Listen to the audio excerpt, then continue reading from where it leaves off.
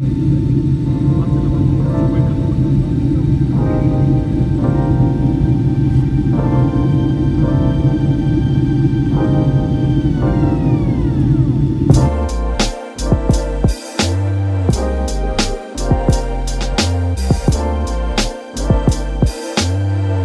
McCollum on the Wonder of Worship. This was really good. He was talking about miracles, signs, and wonders. If you don't believe in them, sorry. If you don't believe in miracles, signs, and wonders, I would say, like, open your heart to what God can do, because when you start limiting God, that's when you see him move. That's all I have to say about that. Okay, this was good, because this is something I hear a lot. When it comes to, like, wonders and stuff, and these kind of things happen at Bethel particularly a lot, like God showing up and manifesting himself in ways that people are like, why would he even do that? You know what I mean? Like, and, you know, I think what we get stuck on is that's so illogical. Why would God do that? Like, that's doesn't make sense. And there's some kind of animal on the wall, and I'm absolutely disgusted. What are you? Oh, Lord, please don't let that be a big spider. I think that's something that people get stuck on a lot, is like we get in our human heads and we're like, no, that doesn't, why would God do that? That doesn't make sense. It's illogical. And something he said that I was like, holy crap, that's so good, is God's ways aren't illogical. They transcend human logic. Like, just take that for a minute. Just like, take that in. That's why we can't understand them. They weren't meant to be understood. God transcends human logic because he's God. It's so obvious. Jonathan Helzer on Cultivating the Heart of Worship. Okay, so he was talking about, I'm going to try to tell the story really quick, how he gave up his, like, first class seat on a plane for his wife, and he was sitting in the back of the plane, but he heard his wife's voice. Okay, something I, like, missed out in this story that's kind of important is, like, I guess he said the plane was super noisy, and he shouldn't have been able to, like, his wife was, like, a couple cabins down, and, like, there's a ton of noise and babies crying and stuff happening around him, but he could still hear the voice of his wife over all the noise. So that's important. And he heard God say, you can always hear the voice of the one who holds your heart. And I was like, oh, that's so good. The heart of worship says, like, God hears my heart. And then God was like, you can always hear the voice of the one who holds your heart. It's all about, like, sacrificing your heart and giving your heart to God. And I was like, that's good. This was one of my favorite parts of the whole thing. Melissa Helzer on leading a team, and I know exactly what I want to talk about. Let me find it.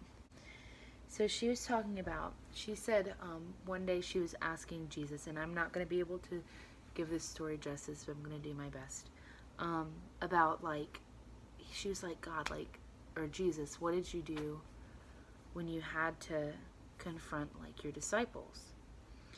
And he said, I made sure that when they looked into my eyes, they saw nothing but perfect love. And she said ever since that day, she practiced whenever she would have to confront or correct somebody, that she would practice having perfect love in her eyes, so that when they looked at her and when she talked to them, they wouldn't be seeing her frustration, they wouldn't be seeing her anger if she had it, or anything like that. She practiced always showing and cultivating perfect love, so that when they looked into her eyes, that's all they would see is her love for them, instead of frustration or whatever it might be. And she asked God, like, you know, to take the frustration, so all they saw in her eyes is perfect love. And I thought that was super good, and I didn't give that story justice, and I'm so sorry. Then Amanda Cook on songwriting. Girl, don't even. So good. Okay. Something I really liked that she said was that as songwriters, we should be jotting things down, not thinking things up. And I was like, yes, girl, say that. Like, it's so easy to overthink as a songwriter everything and be like, what am I gonna do? How am I gonna write this? And you just sit there and you, like, try to come up with something, and you, like, push so hard to come up with something, and it's not always that. It's like when you have a thought, you jot it down. You like, throughout your life and throughout your day, you just jot stuff down instead of constantly trying to think things up. And I thought that was really good. Day 4. This is going to be a really long video. I don't know if I'm even going to be able to upload it. I might have to separate it into 2. Oh well. Alright, day 4. Ray Hughes on impact and influence. This was super good. Really simple, and I'm just gonna like drop it and go because I have to. But he said, if you have encounter, you carry encounter. And I was like, boy, say that. Just take that for a minute. If you have encounter, you carry encounter. Jeremy Riddle on capturing the worshipper's heart, worshiping heart. Is that right? Carrying the worshiper heart. Carrying the worshiping heart. I love myself. One thing I really like that he said from this is, as a worship leader, or even just as a person who's going to be on the stage, as a drummer, as a whatever, he said that we need to know who we are and what we carry. That is a little bit of like language that even I'm still getting used to. Like, no, ask God as a leader, like, what do I... Sorry, I ran out of storage. I had to delete some things. So, like, a big part of leadership is actually in, like, asking God what your identity in Him is and what you carry when you bring onto the stage. And, like, it could be... I don't know, looking more into it yourself, because I can't talk about it too much because I just don't have time, but that's a really good thing, and it's really important to know who you are and what you carry when you go onto the stage as a worshiper. Or what you just bring into the room. Like, heck, why does it have to be the stage? It absolutely doesn't have to be the stage. What do you carry into the room, man? Okay, day 4. Benny Johnson on prayer and intercession. And again, I'm sorry because it was really good in the context of the message. It's still good by itself. But one of my favorite notes that I took from her, she was talking about prayer and intercession, is you have authority over any storm you can sleep in. I'm not going to go too into it, but basically, like, she was referring to Jesus sleeping through the storm on the boat because he could have peace because he knew that he had authority over that storm. So if we rest in our authority over our storms in life, we can sleep through them. We can find our peace in them, you know? Alright, Amanda Cook on songwriting again. I have only a few notes because it was a lot of what she already said. Okay, this was really good, and it's going to be really hard to explain, but if you know music, you're going to know what I'm talking about. She said to always start with the 1. So she got in front of a keyboard, and she literally just started playing one note. And, like, if you know all the notes in that key, you can literally build an entire song if you just sit there and press this note and just start, like, singing over it, or just start, like, playing other notes in that key. It's really cool, and it's a really good tool. Use it. Okay, Darlene Sheck on songwriting. Really simple, but it's important to know. She said God didn't make mistakes when he was handing out gifts and talents. And I was like, oh, yeah, boy. Like, if you're a singer, or if you feel like you have a call to write music on your life, or you have a talent to write music on your life, like, it wasn't a mistake that God gave you that, so use it. Simple, easy. Okay. The love of God. This was Melissa Helser on the love of God. Okay, I know exactly what note I want, but I'm going to find it so I can say it right. She was talking about the humanity of Jesus and how when we take away the humanity of Jesus, we actually are taking away our own humanity. Like, we don't give ourselves as Christians the permission to be human when Jesus was human. Like, we forget that. Like, we're like, oh, but he was God. Okay, but he was also human, and he went through human things. And so one of my favorite notes that she said is, give God back his humanity, or give Jesus back his humanity, and he'll give you back yours. Like, look through the Bible. Jesus was so human, and it's okay. And it's not a bad thing. Like, it's actually a beautiful thing, if you think about it. Like, that he was human. Because he was human, and he still did what he did, gives us the power as humans to know that we can do the same. Like, we can love like Jesus did. We can, God gave us permission and authority to not perform miracles, but like have authority, and that's okay. And probably you're not very good at talking about it.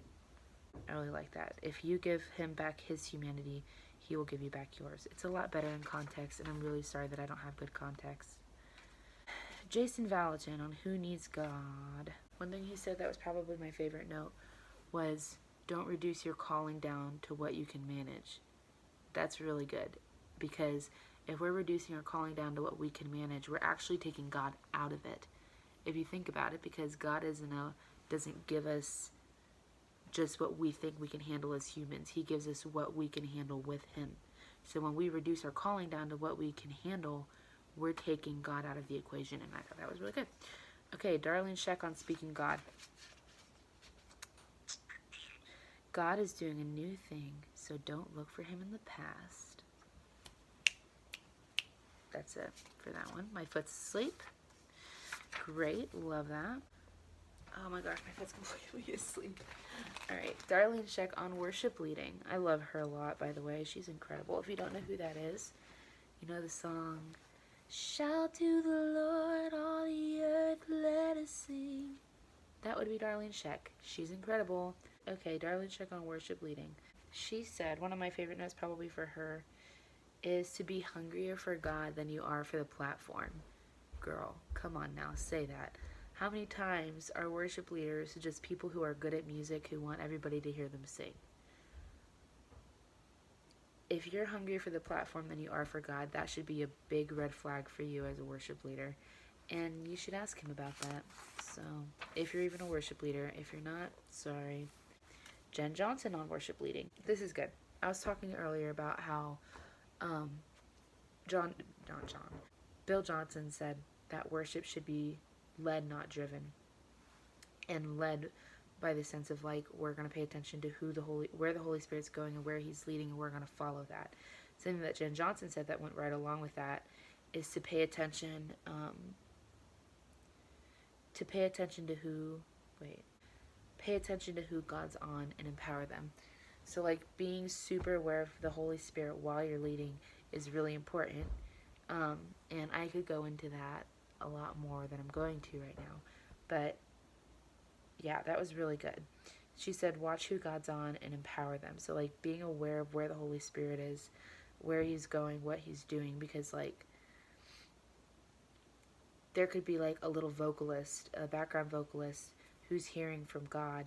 And if you're aware of that, then you can pull back and empower them to do what God's doing and say what God's wanting them to say.